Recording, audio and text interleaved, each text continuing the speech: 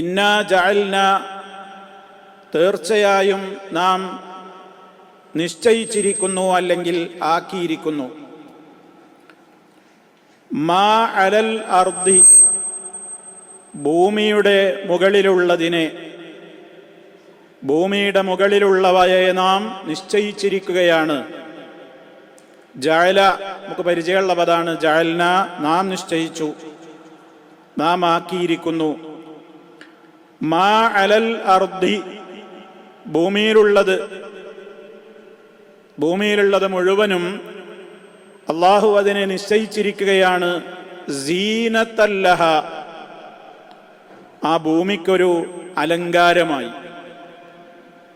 ഭൂമിയിൽ കാണുന്നതെല്ലാം ഭൂമിക്കൊരു അലങ്കാരമായി നാം നിശ്ചയിച്ചിരിക്കുകയാണ്. എന്തിനാണ് അള്ളാഹു ഇങ്ങനെ ഒരു സംവിധാനം ചെയ്തിട്ടുള്ളത്?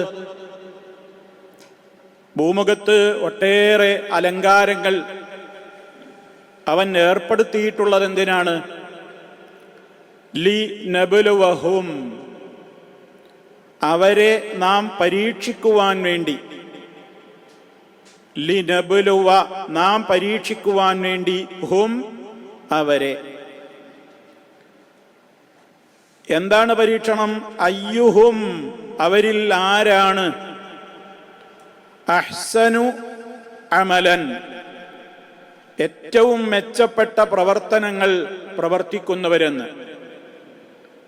അമലുകൾ ഏറ്റവും മെച്ചപ്പെട്ട നിലക്ക് ആരാണ് ചെയ്യുന്നത് എന്ന് പരീക്ഷിക്കുവാനാണ് ഈ ഭൂമുഖത്ത് അള്ളാഹു ഒട്ടേറെ അലങ്കാരങ്ങളെ നിശ്ചയിച്ചിട്ടുള്ളത്. രണ്ടാമത്തെ സൂക്തം വ ഇന്നാ, നിശ്ചയമായും നാം ല ജാഇലൂന, ആക്കുക തന്നെ ചെയ്യുന്നവരാണ്. ജാഇൽ, നിശ്ചയിക്ക. ജഅല, ജാഇൽ. ഇന്നി ജാഇലും ഫിൽ അർളി ഖലീഫ എന്ന് ഖുർആനിൽ കാണാം. ജാഇൽ, ജാഹിലല്ല, ജാഇൽ. വ ഇന്നാ, നിശ്ചയമായും നാം, അല്ലാഹു പറയാണ്, ല ജാഇലൂന, നിശ്ചയിക്കുന്നവർ തന്നെയാണ്. മാ അലൈഹ, ആ ഭൂമിപ്പുറത്തുള്ളതിനെ, ആ ഭൂമുഖത്തുള്ളതിനെ എന്താക്കി മാറ്റും? ഇനി സഈദൻ ജുറുസൻ, സഈദൻ ജുറുസ, യാതൊരു നിലക്കുള്ള, ഒന്നുമില്ലാത്ത നിലക്കുള്ള സമതലമാക്കി, തരിശ് ഭൂമിയാക്കി അതിനെ മാറ്റുകയും ചെയ്യുന്നതാണ്. ജുറുസ് എന്ന് പറഞ്ഞാൽ അൽ അർളുല്ലദീ ലാ നബാത ഫീഹ്, ചെടികളോ സസ്യങ്ങളോ ഒന്നുമില്ലാത്ത തരിശായി കിടക്കുന്ന മണ്ണിനാണ് എന്ത് പറയാ?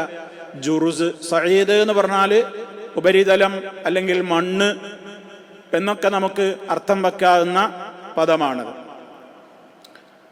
അപ്പോൾ ഒന്നാമത്തെ ആയത്തിൽ പറഞ്ഞതിൻ്റെ ചുരുക്കം, ഭൂമിയിൽ അല്ലാഹു സുബ്ഹാനഹു വ തആല ഒരുപാട് വസ്തുക്കളെ അലങ്കാരമായി ഇവിടെ ഇങ്ങനെ സൃഷ്ടിച്ചു വെച്ചിട്ടുണ്ട്.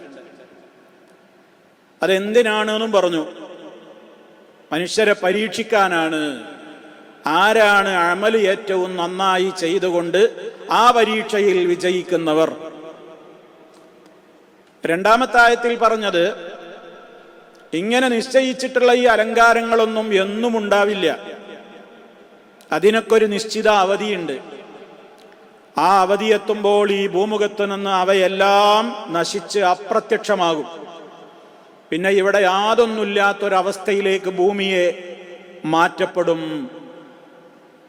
ഇതാണ് ഇപ്പൊ ഈ രണ്ട് ആയത്തുകളിൽ പറഞ്ഞിട്ടുള്ളത്. വളരെയേറെ നമ്മൾ മനസ്സിരുത്തി ചിന്തിക്കുകയും നമ്മുടെ ജീവിതവുമായി ബന്ധപ്പെടുത്തിക്കൊണ്ട് ഗ്രഹിക്കുകയും ചെയ്യേണ്ടുന്ന വചനങ്ങളാണിതൊക്കെ. ഇതൊക്കെ നമ്മളെല്ലാ വെള്ളിയാഴ്ച ഇങ്ങനെ ഓതുന്നുണ്ട്. അതങ്ങനെ ഓതിയാണ് വിടലാണ്. ഇന്നാ ജഅൽനാ മാ അലൽ അർദി സീനത്തൻ ലഹാ ലിനബ്ലുവഹും അയ്യുഹും അഹ്സനു അമല വ ഇന്നാ ലജാഇലൂന മാ അലൈഹാ സഈദൻ ജുറുസ. എന്താ നമുക്ക് മനസ്സിലായി?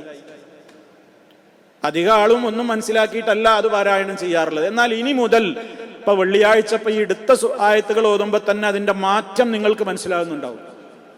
ഇനി ഓരോന്നും തുടർന്ന് ഇങ്ങനെ എടുക്കുമ്പോൾ, ഓരോ വെള്ളി നമ്മൾ എടുക്കുമ്പോൾ അടുത്ത ആയത്ത ആ ആയത്തുകൾ ഓതുമ്പോൾ ഇതാണ് ആ പറഞ്ഞതല്ലേ, എത്ര കൊല്ലായി ഞാൻ അൽ കഹ്ഫ് ഓതാൻ തുടങ്ങിയിട്ട്, ഇപ്പൊ ഇതാ പറഞ്ഞിരുന്നല്ലേ, ഇതാണ് ഞാൻ ഈ പറയുന്നതല്ലേ എന്നിങ്ങനെ ഓരോ സ്ത്രീ പുരുഷന്മാർക്കും എല്ലാവർക്കും മനസ്സിലാക്കേണ്ടുന്ന കാര്യമാണ്.